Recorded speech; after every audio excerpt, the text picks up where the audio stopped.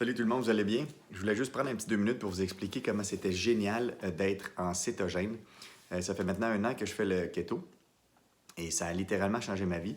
Et pour une des raisons, et la plus grande raison, c'est que j'ai des gros horaires, puis des fois, comme aujourd'hui, j'avais 10 clients.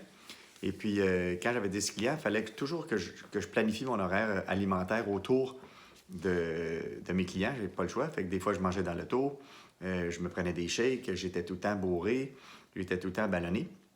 Et puis là, ce que j'ai réalisé avec le keto, c'est que on est capable de faire des jeûnes sans avoir faim, ce qui est vraiment hallucinant, puis ce qui est vraiment trippant. Fait que là, présentement, il est 4h30. Il me reste un cours de groupe que je vais aller faire à 5h. J'ai pas mangé depuis hier soir à 6h30.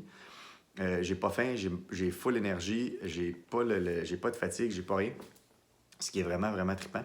Puis après un jeûne de 24 heures, ce qu'on essaye de toujours faire, il y a une grosse mode là, qui est partie sur les jeûnes intermittents.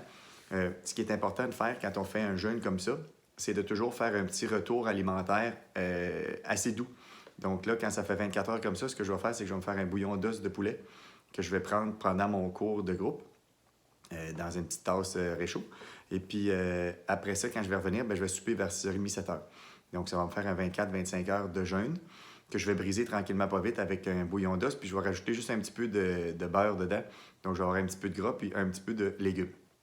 Alors pas beaucoup. Ce qui est important de savoir quand on jeûne comme ça, après 24 heures surtout, c'est qu'on a une sécrétion d'insuline qui va être un petit peu plus grande, étant donné que ça fait longtemps qu'on n'a pas mangé, parce que mon corps veut stocker, étant donné qu'on n'a pas mangé. Et si mon repas il est trop grand, donc si j'ai trop de calories, ça aussi, ça va faire sécréter mon insuline. Donc, par défaut, je vais avoir comme 2 variantes qui vont faire sécréter mon insuline. Donc, c'est important quand on a un retour de manger, un retour de jeûne, surtout à partir de 24 heures, d'y aller progressivement. C'est toujours meilleur pour la digestion. Puis les effets bénéfiques du jeûne vont être encore meilleurs. Et on va avoir un plus grand ressenti au niveau de l'énergie et puis de la digestion. Donc, je voulais vous faire part un petit peu de cette petite chose-là que j'ai vécue puis que je vis, parce que pour vrai, c'est vraiment trippant de ne pas avoir à manger.